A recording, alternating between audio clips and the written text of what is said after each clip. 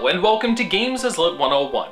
And once again, welcome to Counterpoint, the occasional segment of the show where I take a look at the theory and the reasoning behind an argument against the artistic legitimacy of video games, both for the purpose of debunking it as well as learning from it. In the last episode of Counterpoint, we took on the argument that the ability to interact with a video game negated the core artistic concept of an artist's vision for his or her work. This week's argument is actually kind of similar in some respects, but it does also bring very different issues to the table. Steven Spielberg once said that video games couldn't tell stories because the second you get the controller, something turns off in the heart, and it becomes a sport. Similarly, while I hate to bring his arguments back into the picture, Roger Ebert said in one of his blog posts on the subject that one obvious difference between art and games is that you can win a game. It has rules, points, objectives, and an outcome. He mentioned that some games could eschew that kind of competitive spirit, but it then ceases to be a game and becomes a representation of a story, a novel, a play, a dance, a film. Those are things you cannot win. You can only experience them. Now, this show operates partially on the idea that one can combine game and art in order to create something that is, in itself, a work of art, and in doing so, strengthen both game and art in the process. This argument, on the other hand, presumes the exact opposite, that by adding the competitive nature of a game, it takes the focus away from art and is detrimental to the artistic goals of a work. This is the basic idea behind the argument that video games aren't art because they're games, though really most people who are making that argument haven't thought it through enough to realize that. Now, as always, let's not get defensive about this. Video games have been under fire for a long time, and it's become very easy for us to just pass off this type of criticism without actually thinking about it. But while this argument is not correct, it does come from a certain understanding of both video games and of art, and we have only to gain from looking at what that understanding is. So then, down to business. This argument is essentially comprised of two specific claims. Firstly, that art cannot involve competition, and second, that the major goal of playing a video game is to overcome a challenge and win. These two assumptions come together to make the claim that video games, by basing themselves on competition and the desire to win, distract from any artistic intent and effectively diminish or outright destroy artistic meaning. So let's take a look at both of these base claims. Firstly, the idea that art and competition cannot be combined. This gets complicated. While there is value in defining art, what it is, the exact boundaries of that definition have been debated since the dawn of time, and there still exist a wide variety of aesthetic philosophies. But there is at least one thing we can say for sure.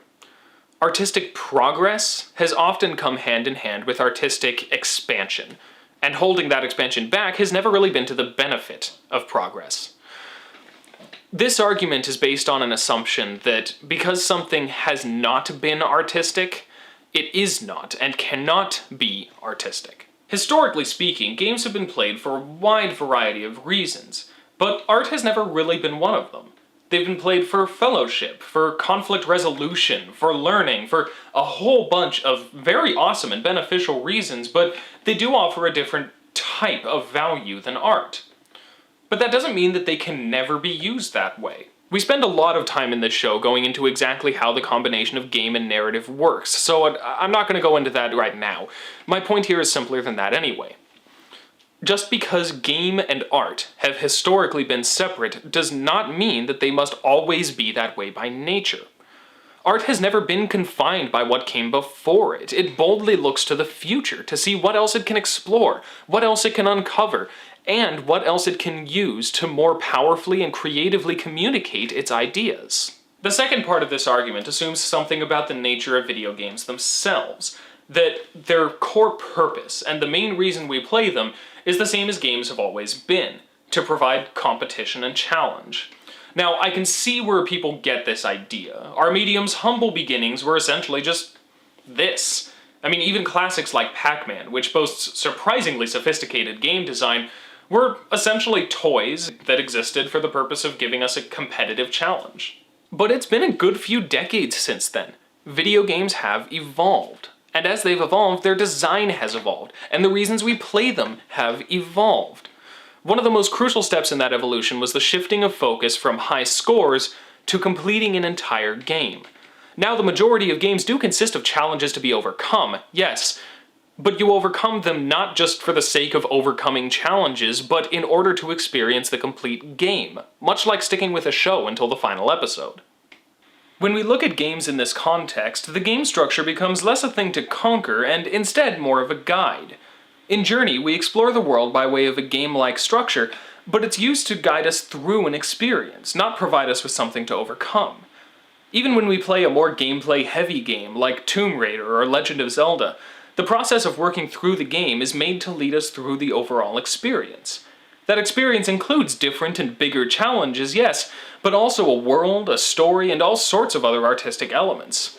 Some games, like Shadow of the Colossus, have even removed victory entirely from the equation.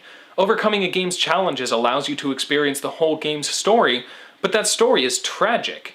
Victory isn't really part of the game.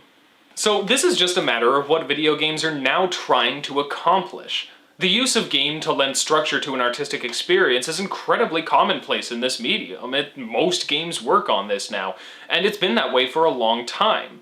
Video games may just have started out as games on video, but they've since expanded to use game as structure for a whole ton of different experiences. And that's where this argument ultimately falls. The fact that video games use gameplay as a guide to interaction with an artwork, rather than necessarily the end-all of the experience itself.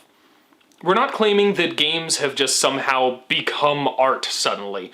We're claiming that video games allow us to meaningfully combine the two, and in doing so to create something new and something beautiful. And thus, this argument is invalid. So have you heard this argument before? What do you think about it? If you have anything interesting to say, go ahead and talk about it in the comments. Next week, it's going to be time once again for literary analysis. This time I'm going to be taking on art games, what they are, how they work, and I'm going to be analyzing a few of the more notable examples of the genre. So, until then, class dismissed.